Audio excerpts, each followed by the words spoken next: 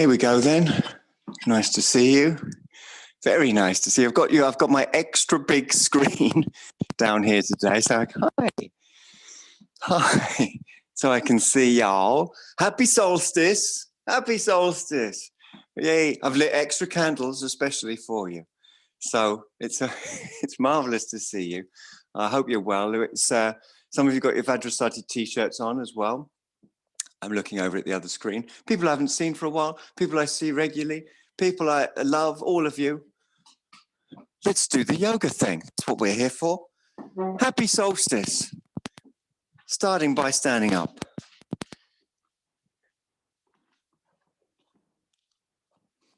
We're going to bring ourselves into, you guessed it, Tadasana. The so-called mountain pose. Feet together or apart. Arms by your sides. Hey, Ralph. Ralph's coming in to check out what's going on. So, Swagatam Sadavaha. Welcome, good people. We're in Tadasana. We're kind of seeing out the year. And that's kind of how I think of the solstice, because it's darker and darker and darker until today, and then it starts getting lighter. And I woke up this morning after my initial dream that I had, that I woke up late for this and a variety of different things happened. But then I actually woke up and I thought to myself, everything is healed. I'm just going to say that out loud. Everything is healed. So we can imagine everything is healed. In the Dzogchen tradition, that's kind of how it's done. Everything has healed. Now, while we're standing that, letting that mantra just cycle, everything has healed. Right? We can be moving the feet. We can be tuning in. We can be tuning into that very realm where indeed that's true. It's not a realm that's somewhere else. It's not a promised thing in the future. And it's not somewhere you've come from in the past. Everything is healed. Is a place here and now where grasping and aversion, trying and not trying, wanting and not wanting, melt and dissolve into each other. And we're left with a field that negates grasping. A field that negates grasping.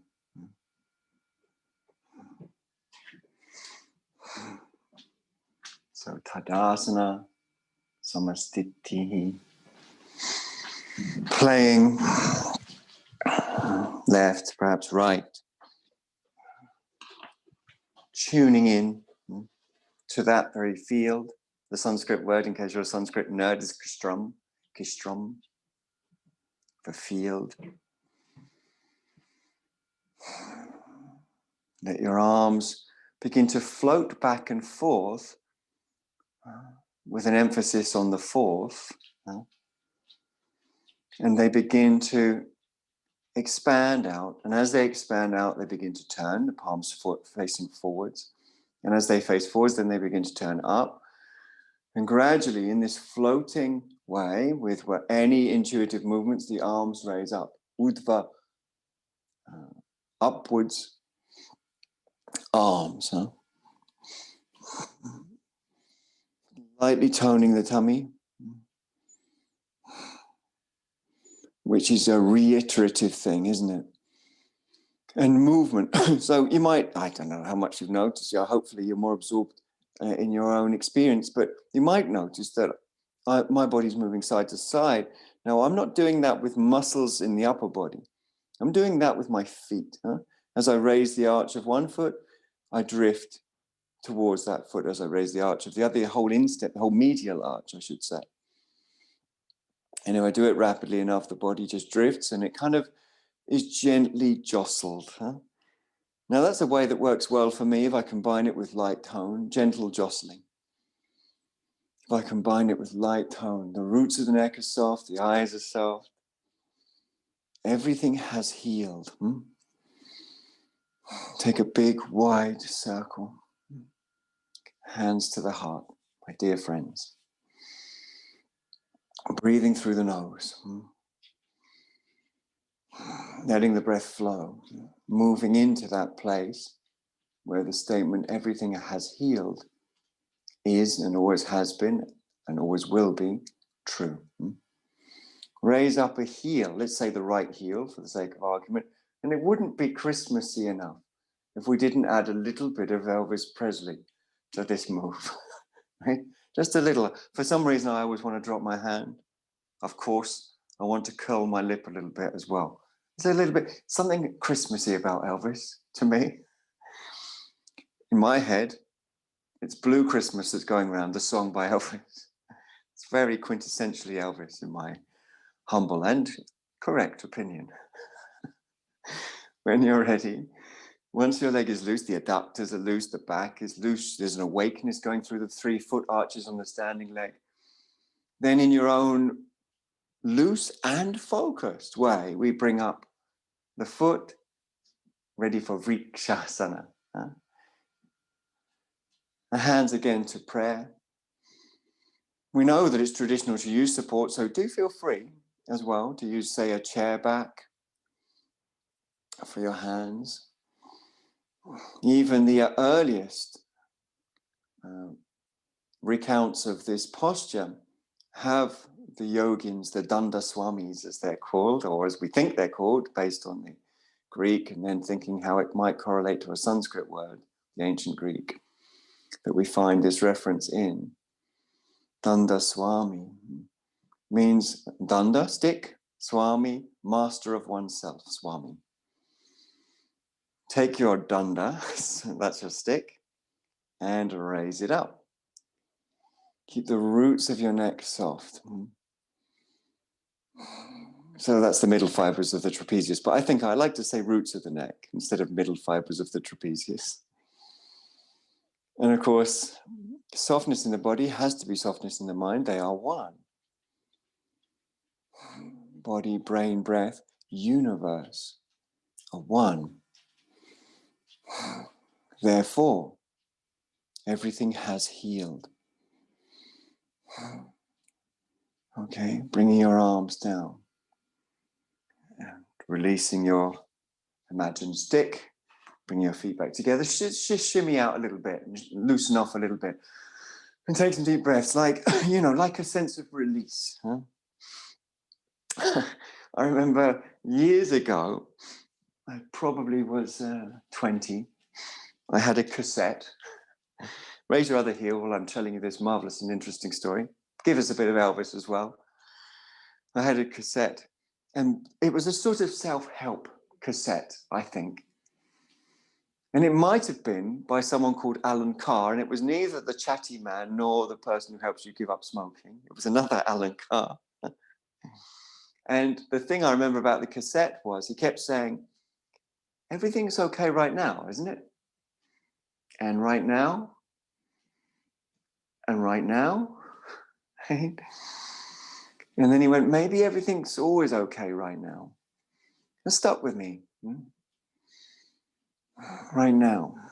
Once you're loose, feel into the foot. Breathe freely. Be loose.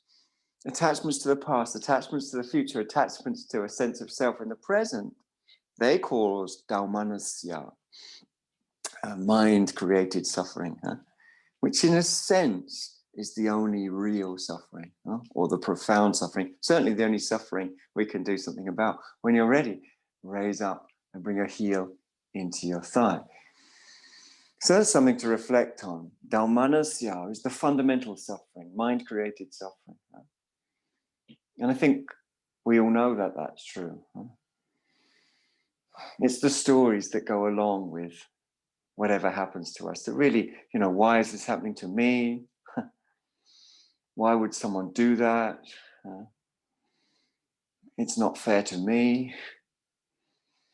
And they all orbit around a self-construct. which in Madhyamaka, in the Madhyamaka Buddhist schools, and there are a few Madhyamaka Buddhist schools, the middle way, the schools of Nagarjuna. Everything is beautifully negated as a sort of autonomous, separate thing. Subject and object dichotomy disappears. If there are no ultimate objects, there is no ultimate subject. If there's no ultimate subject, there's no ultimate object. Don't overthink about that. Just hold your danda swami. That means hold your danda, you swamis, the stick, imaginary stick, and then raise it up. Remember, swami means master of oneself. Swa means oneself. Breathing, roots of the neck soft, eyes soft, brain soft, throat soft.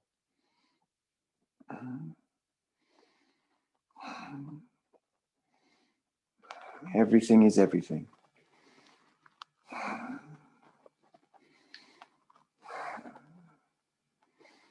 Breath comes and goes.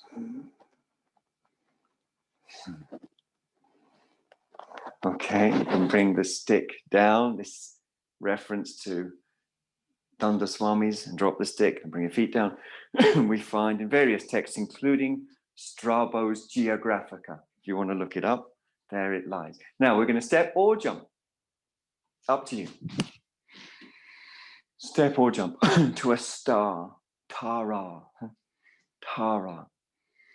Tara is also a bodhisattva. You could even argue in a sense a goddess. And she's very much about listening to your needs and wishes and helping out. She's often known as the savioress, Tara.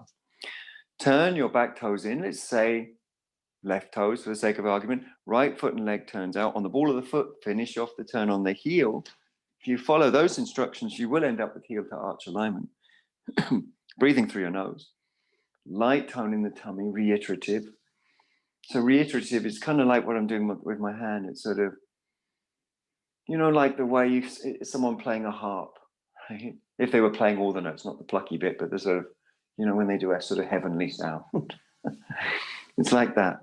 Inhale, exhale. So that heavenly sound going up through the belly, coming down. There's the hamstrings. If you need to, you can support them with your hand into the back of the thigh, or at least just imagine that the back of the thigh were coming into support. So that's the superficial fascia coming in to support the muscles, the hamstrings.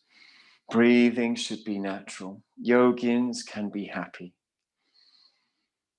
Everything is healed. So remember, this isn't just like this statement, everything has healed, isn't a statement of idealism. Everything has healed is how reality can be and is. When we tune into the field via the particle, right? I know that probably needs teasing out, but that might be enough too. Inhale, come on up. Well done. We tune into the field via the particle. Feet face forward. Yogins breathe deep. That's us, our kula, our family. It's marvelous to see so many little squares. I don't mean you're a little square, but you're in a little square. Back toes in, front foot and leg out, turning on the ball of the foot, finishing off the turn on the heel, breathing deep, breathing like everything has healed. It's quite emotional for me, to even say that, because not only, you know all the stuff, right? All the things that there's trouble, isn't there? There's, as the Buddha put it, a whole mass of suffering.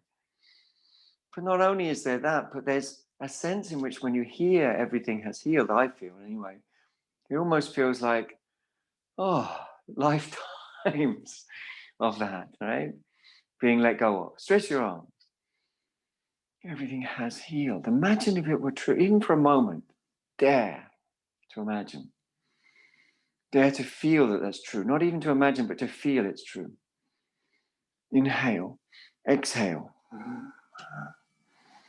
Everything is healed. Well, straight away, it's going to make us relaxed.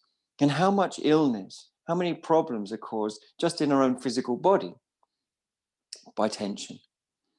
So already it becomes a self-fulfilling prophecy just on that fairly mundane level. Everything has healed. We stress about the future. We have anxiety about the past, or nostalgia and longing for the past. We worry about whether we're being the way we're supposed to be in the present. Am I practicing yoga well? Am I doing this right? Is this okay? Everything has healed. Means you breathe freely. Means that the body, brain, and breath sync up with each other instead of being divided by the thinking mind, which does just that. It's its job. The thinking mind's job is to divide the body from the mind, you from me, good from bad, right from wrong. And it even says, well, of course, we should divide right from wrong. I should know right from wrong. Otherwise, I could act wrong. That's not where compassion comes from, or wisdom. Inhale, come on up. Nice. Feet face forwards, hands on the hips. So nuance is reality, ultimate, infinite nuance, where everything is everything and suffering is suffering. And suffering is often caused by the lack of the realization that everything is healed, as already described. Stretch your arms, turn your palms, release the trapezius. Now, some of you know the trapezius is divided into 3 parts with 3, I'm drawing the fibers, lower fibers, middle fibers, upper fibers. So the upper fibers go from your skull, this is a tall person I'm drawing out, skull down to the lateral third of the collarbones, right?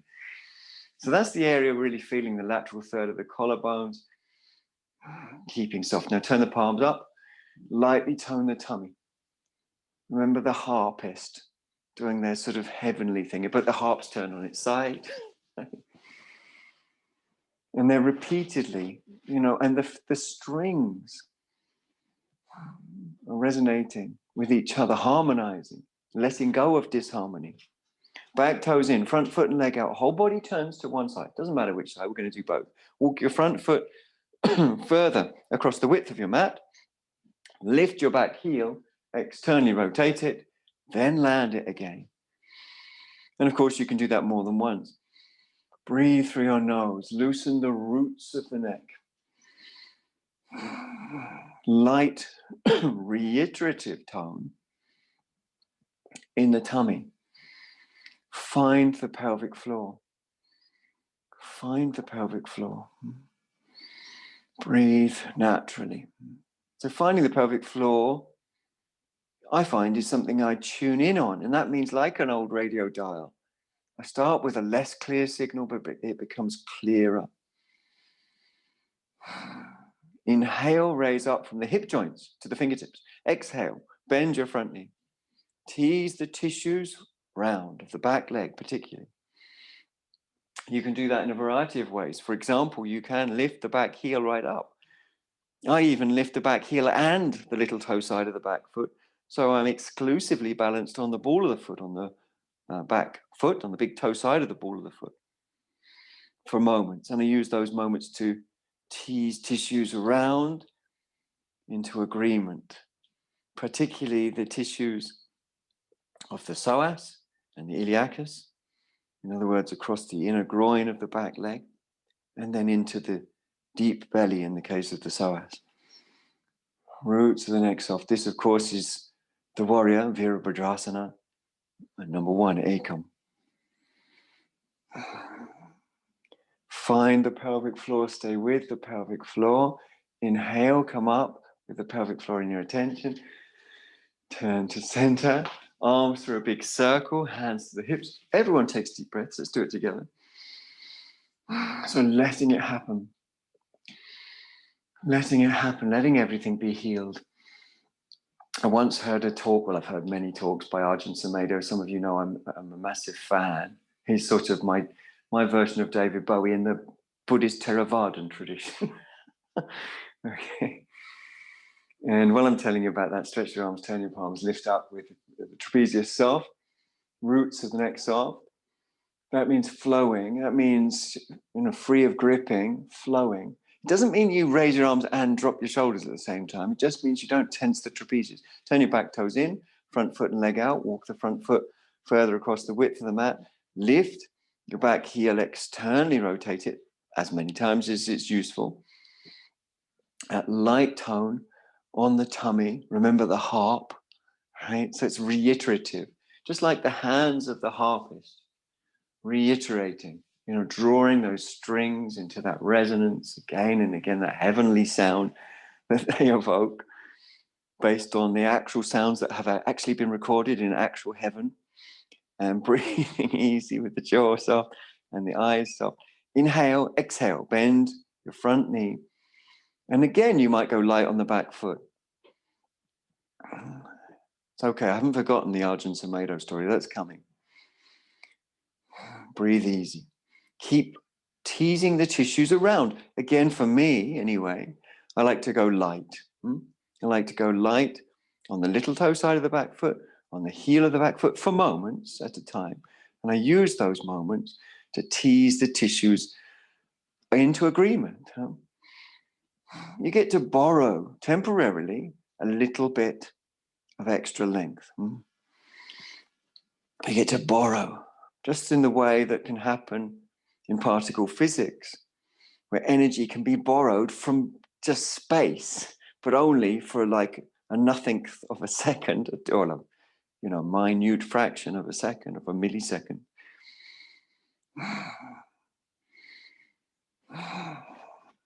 You borrow from the back leg, and that means you give back. You eventually do bring the heel back down, but you're borrowing extra length. Inhale. What a pose. I love that pose. Come back up, turn back to center. Hands on the hips. Catch some deep breaths. Some expressive breaths. So really expressive. Letting the breath come and go with passion, I guess you could say. We could use the word tapas for that. To heat up. The word tapas was used right back in the Vedic time for the way that the practitioner would heat up as they chanted their mantras. Physically heat up, actually. Now we're going to forward fold into Prasavita Padottanasana. So turn your toes in a little and extend the little toe side of your feet, something I really like to do. And glad to see some of you are getting blocks because you might need those. Prasrita Padottanasana is a forward fold with the legs apart, the little toe side of the feet extended. We want the anterior spine to be just as it is now, open. We don't want to be compressing anteriorly the discs. We're going to lift up from the inner groins. So just place your fingers on the inner groins for a moment. It's okay, you're at home. So place your fingers on the inner groins, top of the inner thighs, so you can feel and even tap that area so you can feel. Okay, once you've got an awareness of that area, and there's often a little tension there, so a little tap can help release some of that tension too. Right, then with that tension softened on the inner groins and awareness deep into the area, inhale from there upwards. Through the deep belly, exhale, fold over the top of the front thighs, hinge from the hip joints, and bring your fingertips to your blocks or the floor, or whatever you're using at home. A bucket, just looking at things in our kitchen, a firewood basket, a meditation stool, a tabla drum, whatever. You can use anything, as long as it's stable and gives you a good height. Breathe easy. So this is known as Prasrita Padottanasana number 1. And I still haven't forgotten the Arjun Tomato story, by the way. It's going to come when the time's right. Breathing easy. Now, for most of us, I don't know, I think it's probably true for you actually too, the weight tends to push to the outer foot. The heel flesh tends to get drawn medially. That flesh, by the way, is fatty tissue. On the heels and the balls of the feet, there's fatty tissue. So it moves a bit like a water balloon. The relationship between the heel bone, the calcaneus, and the fatty tissue that covers it. is like something solid pressing into a water balloon, so it kind of squelches and moves around a bit. What we want is to even out that fatty tissue, and I'm doing it as I'm speaking. I'm lifting and landing and replacing and refining, not thinking much about it, but feeling into it. Of course, the breath comes and goes spontaneously and naturally. What we want to end up with is equality, right? I mean, I could say that generally, that's true, but also specifically in this posture, equality. Between inner and outer ankle, between the back and the front of the ankle as well. There's depth in the back of the ankle, around the calcaneus tendon. There's lightness in the front of the ankle, around the tendon of the anterior tibialis. There's balance between the depth of the outer ankle and the lightness of the inner ankle, the light lift of the inner ankle, balance. Thinking about it in the terms I've described, one thing and then another, isn't it? Is more given. It's more given, more surrendered. Now, some people, by the time I've been talking for this sort of time, some people might, but not many, might find their lower back is feeling tight because the hamstrings have kept releasing while I've been talking. The lower back has kept concaving, and it's got to a concave where there's some compression on the tissue between the bottom ribs and the top of the pelvis. If that's the case, which is probably not true for most of us, but if that's the case, then one would feel an alleviation of that tension by coming lower. So if that's the case for you, feel free. We see various versions of Prasavita Padottanasana in modern postural yoga, including holding the big toes, holding the little toe side of the foot, hands on the floor, crown of the head on the floor, head tucked under, fingers interlaced, and so on. But find whatever's peaceful for you here and now, and focus on breath and balance. Breath and balance. Okay. Rising back up to fingertips if you came lower. And we'll all just walk our feet a little closer to each other. Right up on the fingertips, all the way up, nice and easy. Well done. Walk the feet towards each other. Catch the breath, maybe kick out a little bit. It's time for Adho Mukha Svanasana, that's down face dog. Let's advance towards one end of our mats, together as a collective. Raise the arms up as a kula, which means family, yoga kula. All yogis are in the kula, all meditators are in the kula, and all people who are not yogis and meditators are in the kula.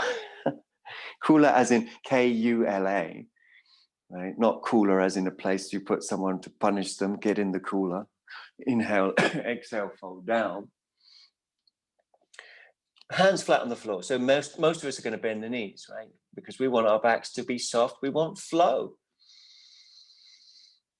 I remember when I was in Australia, living in Australia in the very early 90s, Ashtanga Vinyasa was becoming popular. And then I got back to the UK and there was no Ashtanga Vinyasa. And then I saw a book come out it was by Liz Lark.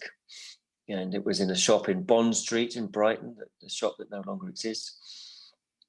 And it was Ashtanga Yoga. And then, more and more. And then from Ashtanga Yoga sort of diminished a little bit, but was taken over by its offshoot, Vinyasa. And that's become very popular, very popular. Most studios, in fact, offer Vinyasa, yoga of some kind, Vinyasa flow or whatever. So the principle of Vinyasa flow, of flowing, and I suppose even the principle of the name itself, Vinyasa, which can mean not placing, therefore flow, not sort of fully placing. It can also mean fully placing, but that's another issue. Is what we want in yoga. We want that flow. So it doesn't matter if you're doing what are now called vinyasas in modern postural yoga or not. Flow is still important either way. Stepping back to Adho Mukha Svanasana, downward facing dog. And really padding your paws into the mat. I like to imagine that the molecules of my palms and the molecules of the mat actually sort of merge with each other the more I repeat. It's as if our own consciousness becomes more micro.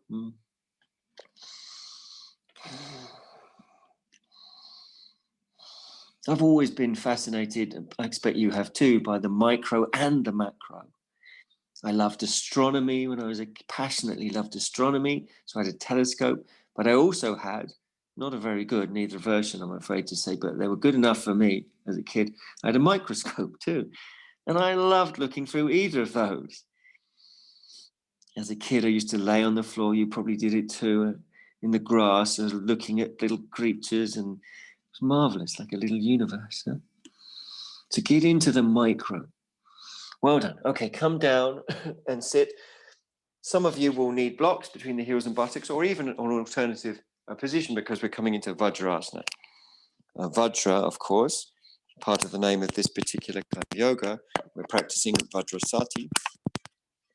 And Vajra means various implications, but essentially it has come to mean a thunderbolt, and the immediate or immediacy of awakening that's associated with that is associated specifically with Tantric Buddhism now. But we also find it mentioned in what we might now call Hindu texts as well. And of course, originally this is a Brahmanic reference to the weapon of Indra, who was at one point in the Vedas anyway, not so much in the Vedanta, but in the Veda, the king of the gods. So we're in Vajra, but the implication of immediacy. The implication of everything has healed. My suggestion is you don't overthink that, or that you try and get anywhere with that, or you try and work it out. It's just a mantra. It's just a mantra. Everything has healed. And we can talk about the obvious, practical, positive implications, because the mind will try and find negatives about it. But actually, if you really reflect, being relaxed is far better for your health. People who are relaxed tend to do good things. They're pleasant, even properly powerful. If they're calm and peaceful and not reactive. So, compassion comes out of that kind of calmness. Now release your hands when you're ready, and we're going to lay down on our backs. Hooray! Hooray! Happy solstice. Lay on your back with your hands underneath your head, fingers interlaced, as if you're on holiday. Take some deep breaths and relax. So remember, I referenced a particular school, Dzogchen. Dzogchen is a Tibetan word. And it's a school that has its influence from teachers like Padmasambhava. It's connected with the Indian tradition of Mahamudra. There's a relationship there. And Dzogchen texts tend to say that the principle of Dzogchen is timeless and so on. Dzogchen texts really start around the 8th, 9th, 10th century. And they are the direct understanding that everything is already whole. Everything is already complete.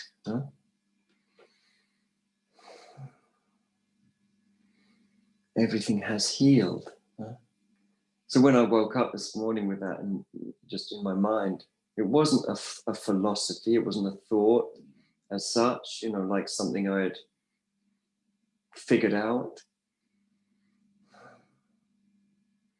It was truer than that, truer than discursive thinking. Go ahead and raise up your feet, let your lower back touch the floor. Because the thinking mind always likes to create opposition. That's what it does. If someone says everything has healed, the thinking mind will say, no, it hasn't. Because the thinking mind has to create opposites. There is no left without right. There is no good without bad. It's what it does. Then there's some practicality in that. No one's suggesting banning the mind from this. In fact, Buddhists overtly talk about two kinds of reality. The relative and the ultimate.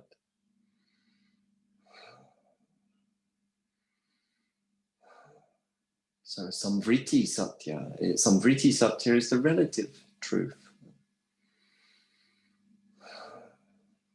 And then paramata satya. Paramata satya is the ultimate truth. Lift up your head and let the lower back caress the floor. The ultimate truth in particle physics is that particles are ultimately part of a field. In a sense, that works as a metaphor for this sort of metaphysics. Particles are ultimately part of a field. That's actually something quite amazing about that, which we'll talk about later. Open the angle at the back of your knees, opposites to opposite. Right, opposite knee towards opposite elbow, and then the other way. And then do that again. This is in your own time. And by the way, your hands can move around your head. For example, they don't have to be stuck. If that feels better to let them slide, they can even be in a position higher up on the head or lower down. This is in the category of poses that I call mince pie earners. Back to center, head down, feet down, take a deep breath. Take a few deep breaths. So hopefully the breath starts to flow. That's a very important part of yoga, of course. The flowing of the breath. So let it happen. It's sometimes said that the spiral path, which is different to the cyclic path, and the spiral path starts with shraddha, faith and confidence. And faith, the cool thing about this is, instead of trying to make yourself have faith, I must have faith, faith's a good thing, I get it, or the thinking mind opposing, faith's a bad thing, you shouldn't just believe things. Confidence has a visceral effect on our breath, on our brain, on the body. So if you start with, say, the breath, and we breathe as if everything were fine, everything has healed. Everything is healed because everything has healed. Right now, remembering that cassette that I used to listen to by the other Alan Carr. Well, release your hands from behind your head. Lift up your head. Reach through. Hold those big toes. Then let your head come back down and roll around as if it didn't really matter. Not in a kind of, John Lydon kind of I don't care, but more in a sort of relaxed, breath-centered, relaxed, and enjoying the Sankhya Karika text, which we think was probably composed contemporaneously with Patanjali's Yoga Sutra. It says that Prakriti, the field of manifestation, the interdependent field of manifestation, is for the enjoyment and the liberation of the Purusha, the person, the ultimate person, the person. When there's been times when you've just forgotten your history because something's really beautiful or something's really sad or something's really delicious. You forget your history, you forget your gender, you forget your age, you forget your story, you forget where you're supposed to be going for a moment because a sunset's so beautiful, or because a flavor is so rich, or because a moment is so touching. Boom. It's like that. Boom. You forget yourself and boom, You remember yourself at the same time. Those are two different selves, by the way. Okay. Return to center when you're ready to, nice and easy. Feet down. Deep breaths, hands on the upper chest, deep breaths. Let's take a few together. So we sometimes say, breath is everything. And if you really understand that, that makes our relationship to breath appropriate for yoga practice. Breath is everything.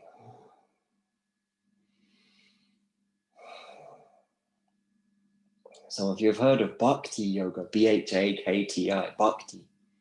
Comes from a root that means to give. Bhakti Yoga is all about giving. Even if we go back to the Veda, which in a sense forms some of the structural architecture for texts that then later discuss yoga. They describe the structural architecture, if not the exact philosophy of yoga. We find the heart and soul of the Veda is about giving, about yajna, surrendering or sacrificing, something to a fire, but for a purpose. In their case, in the Vedic case, to connect to the power of a deity like Indra. Now we're going to lift the bum up off the floor. You can place your hands, mine are still on my upper chest, or you can release them to the floor, stretch them down, turn the palms up to you. There's a variety of, you can stretch your arms over your head. Some people like to do that. Variety of different ways you can position your arms. If you wanted to come up higher, you would need to take your hands off your chest. You could bring your ulnas inwardly, elbows inwardly as well. That's one way, or hold the mat. What we want is that reiterative tone on the tongue. The harpist is back. And we want to find the pelvic floor, right? So we can think about the pelvic floor, but that's not the same as finding it. Right? Find the pelvic floor. So when you think about it, you can think about it's an area of the body. It's over there. We get a rough approximation, a rough sense of the area of where the pelvic floor is, but we want to find it. Which means that we find the living reality of the pelvic floor. And of course, the area that we've particularized as pelvic floor, which is made up of various muscles, which are made up of various fibers, which are in relationship to nerves and breath and brain, and ultimately the universe, is ultimately part of the field. So you feel the pelvic floor more and more as it is, which is not thinking or grasping, but blissful, bhakti, devotion. Remember, it comes from a root that means give. What is it we're giving? And to what are we giving? We give the self-construct, past, future, male, female. Oh, it's so tiring. We give that self-construct to the field, to what we sometimes describe as the goddess. Prakriti is a female term, it's a female word in Sanskrit. Come down slow and easy. In fact, the earliest Tantra talks about the goddess in terms of Prakriti. Landing slowly. Walk the feet away from the bum. Take deep breaths. Let them flow. Let's flow together. Allowing.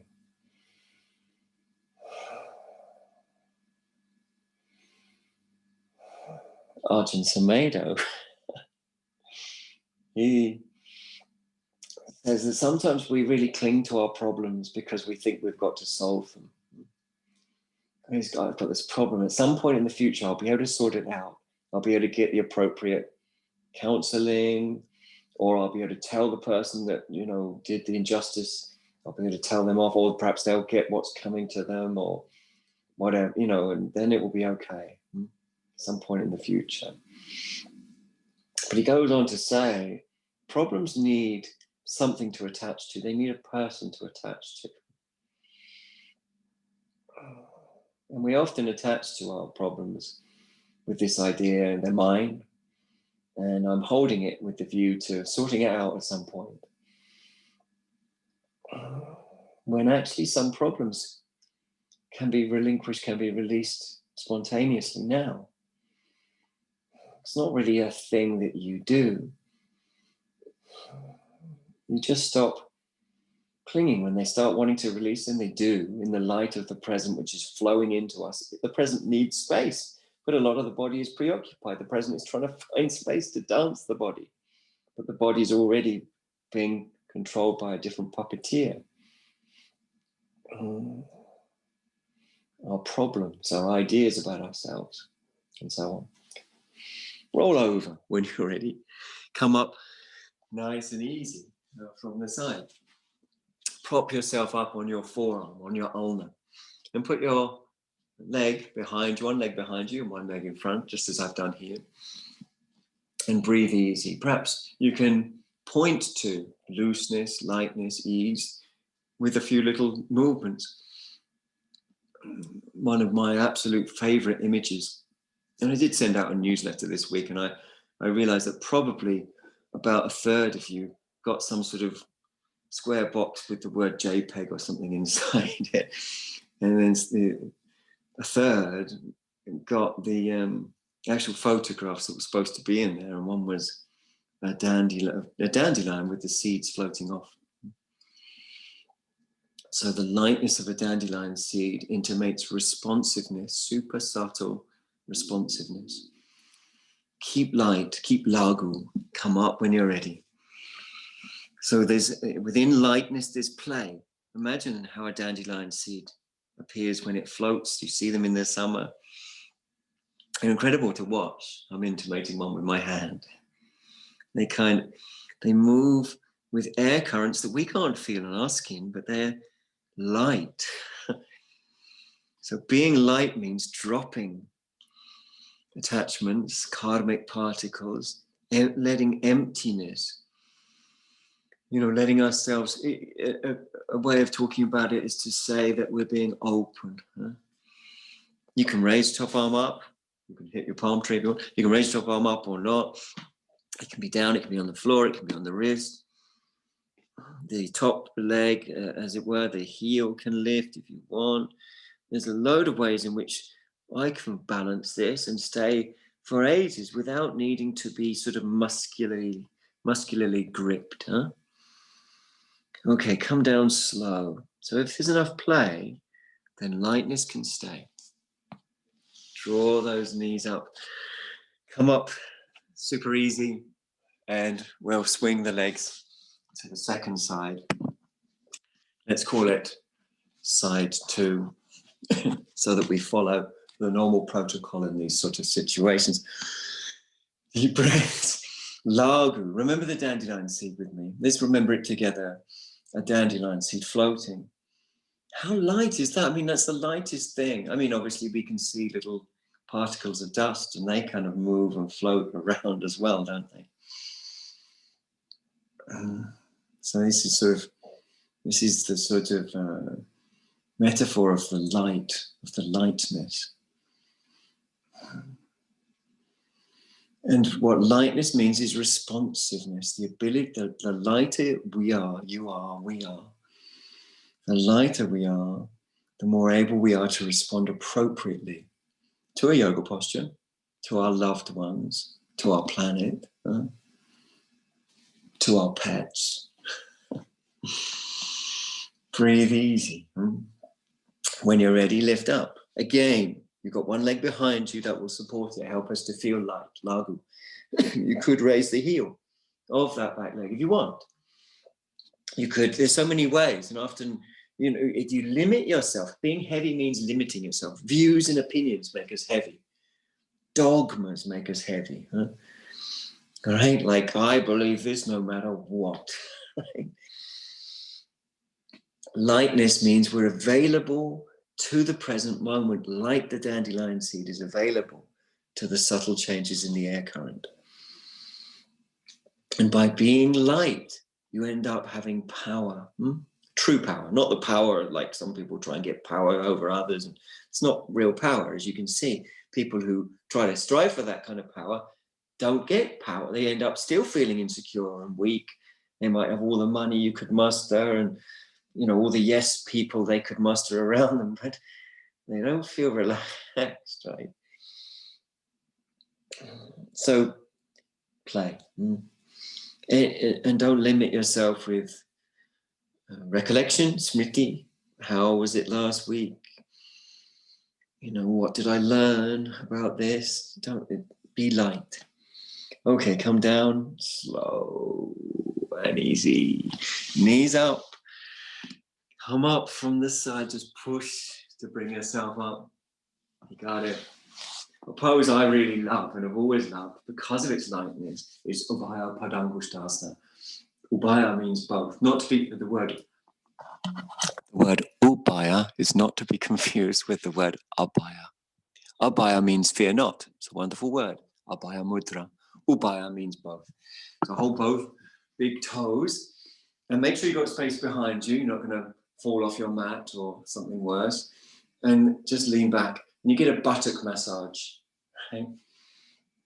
It's fairly easy to ask your friends, oh, my shoulders, could you give them a little, I'm very tense. It's not so easy, is it, to ask for a buttock massage? Most usually not appropriate. Huh? But you can give yourself one, and actually they need it. The gluteus medius maximus, gluteus minimus, piriformis, these muscles within the gluteal region. And you can play, like you can see I'm extending and bending. This is based on the dandelion seed response.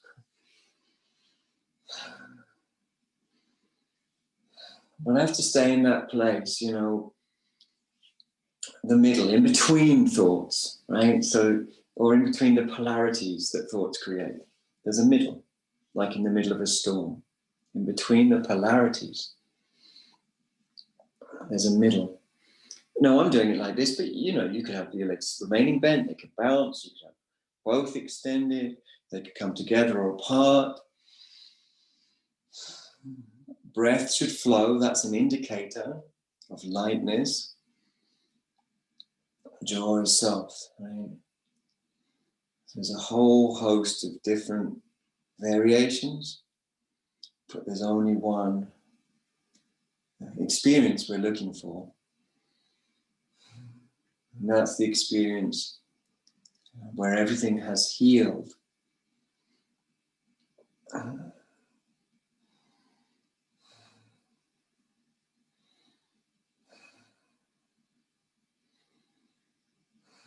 that's a meditation, and it affects the world positively. If you really got into that and then went around your day, everything would start to heal,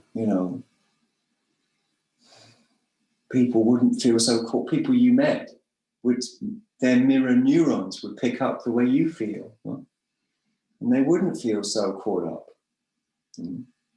Not all of them, as the Buddha realized. It's really, the teachings are for those with just a little dust still on their eyes. But those that get it. And, it makes a difference. And it rises others up. Okay, well done. Come down, slow and easy. Goodness me, the time's rushing away this morning. Now, we're going to sit in Siddhasana. I'm looking around for a cork block. Can't see one. Well, that's fine. I'll improv. Now, you can improv with a regular block turned this way around so that the short end faces forwards. And you can add another one and a blanket. That's one way to go about it. So, for instance, like this. And the blanket underneath for your shins. I was wondering where the blankets were, and then I realized that I gave Ralph one of our Indian cotton blankets. That's what he's laying on there. That, I don't know if you can see on your screen or not, but just to the side of the Christmas tree, there's Ralph sitting on an Indian cotton blanket. Now we're sitting in Siddhasana, so I'm showing you where the blanket would go. Siddhasana has the heels aligned with each other and with the midline of the body. If you've got a brick-shaped block, I find those better for Siddhasana. In one version, you can have one heel in front of the other. And in another version of Siddhasana, you can tuck your little toe into the space between the calf and the thigh, so you end up with one heel on top of the other. In Hatha Yoga, Siddhasana is often something a little bit more, in Hatha Yoga text, a little bit more, what's the word, intense. Because you use your heels to press into the pelvic floor, to push that kundalini up. Hatha Yoga is a yoga that's with force. So in other words, you push something in, this direction or that direction. It's also an attitudinal stance. If Siddhasana, of course, isn't comfortable, you can sit in any pose, including sitting on a chair where the spine is light. Breathing is through the nose. The chest is buoyant. Perhaps there's movement. Immediately anterior to the spine or the column, we can imagine a central channel, sometimes described as like a lotus stalk, like the hollow in a lotus stalk, like most water plants, lotuses and reeds and other water plants, often a hollow in the middle. So there's a vacuity in the center. We imagine that runs, as I say, all the way anterior to the spine, up through the skull and even out to the crown of the head. Sometimes we imagine that there's a lotus flower on the crown of the head with 1,000 petals that can open, or sometimes that's visualized above the crown of the head, which I quite like. I think I might slightly prefer above the crown of the head, but both feel pretty good. And you imagine that this lotus stalk is like lotus stalks are in water. So it might float, it might move subtly, left, right, forwards, backwards. Concentrate on that lightness. Concentrate on the lotus flower at the top, whether you're imagining it on the crown of your head, or whether you're imagining about 12 finger widths above. It's part of the same structure of the lotus stalk with the lotus flower.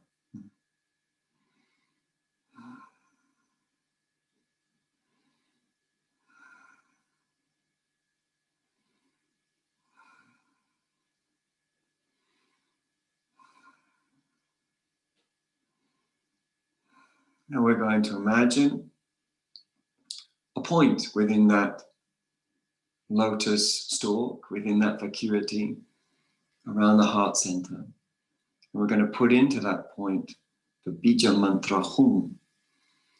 Right? We're going to put into that point the bija mantra hum. And as we place it, we could imagine that we're receiving blessing energy into that point, and that blessing energy then flows out to all beings through the back of our body, the front of the body, up and down in all directions. The light from the hum, often seen as a bluish or a whitish blue light, connects us to all beings. So bring our hands to the heart. We'll chant together for 3 extended exhalations. Hum. Take a deep breath in, inhale.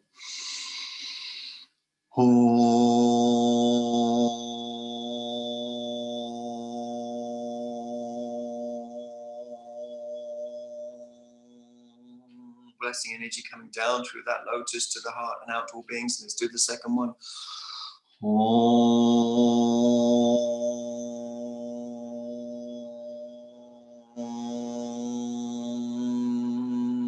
In all directions, the last one.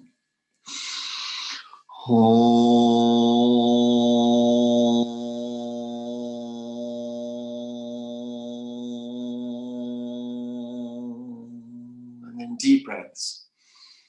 Come and go naturally. Deep breaths. Come and go naturally.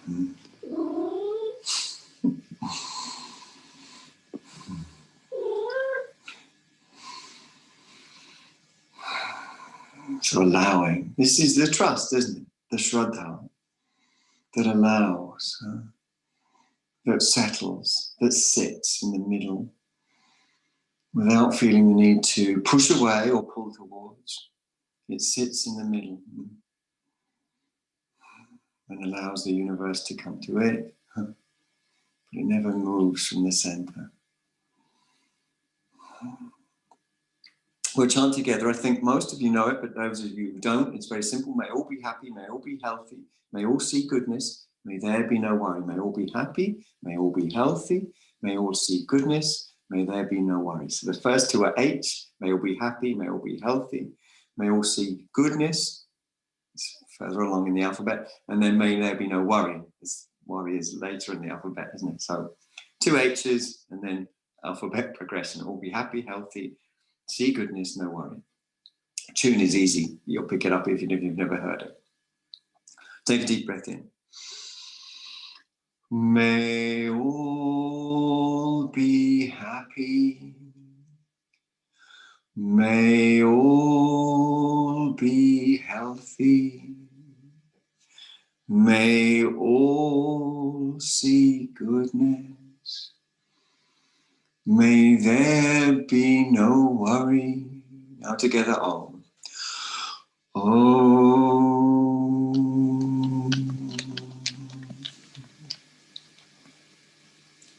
Take a few deep breaths. Jaw soft, eyes soft, brain soft, throat soft. We're going to lay just for a minute. But of course, you might be already on your holes, so you might be able to lay longer. But it's important to even just do this 1 minute. Even if you think, oh, well, maybe I'll just be 1 minute ahead. Just lay for 1 minute if that's all you've got. Make sure you're comfortable. It's actually a pose. It's not, and even before that, it's a practice. So we find that the Hatha Pradipika makes lots of things into poses, into asanas. But before that, we find in the Dattatreya Yoga Shastra, corpse pose described like this.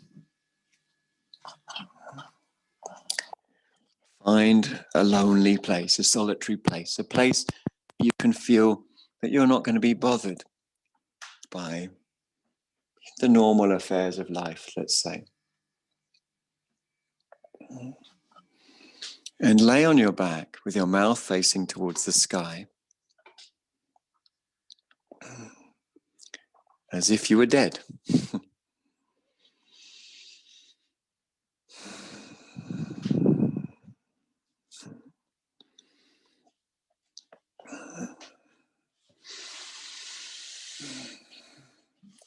Limbs completely loose.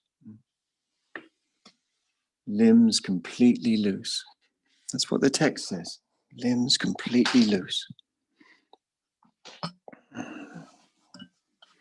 Concentrate on the big toe of your left or right foot, but choose one. And the implication here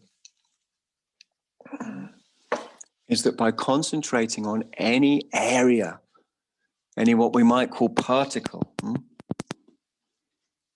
that's ultimately part of the field, you'll trace it back like a trail of breadcrumbs to the field that it's part of, that defines its movement, that dictate the movements of everything, the substratum, you could call it, the interdependent field, the goddess. And we worship her as a goddess because she's liberative. She negates clinging. You can't grasp anything individual, independent.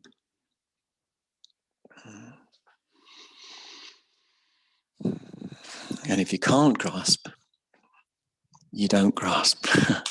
And if you don't grasp, you fall back, as the Sankhya Karika tells us, into your essence nature, your Purusha, the seer.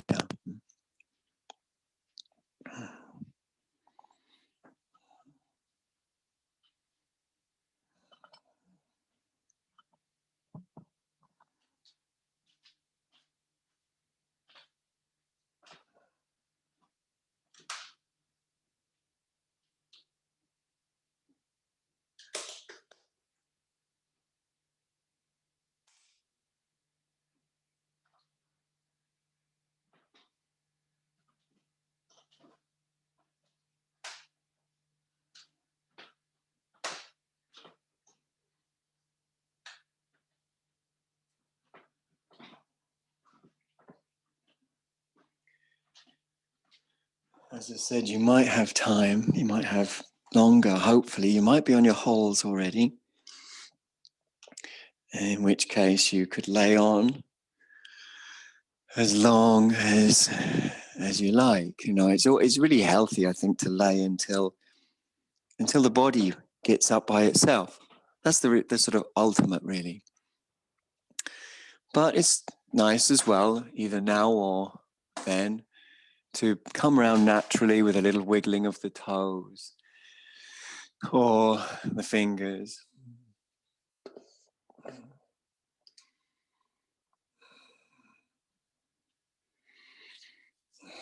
Maybe some stretches. And then rolling onto your left side first. So this can be now or it can be later. Rolling onto your left side. Draw the knees up so the tummy is soft. The tummy is soft. And focus on that softness in the deep belly.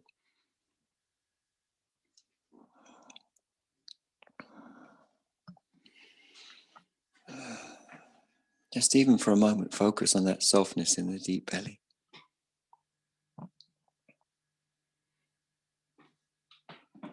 Roll again when you're ready to your other side. And lay as comfortably as you can. Again, focusing on the softness in the deep belly.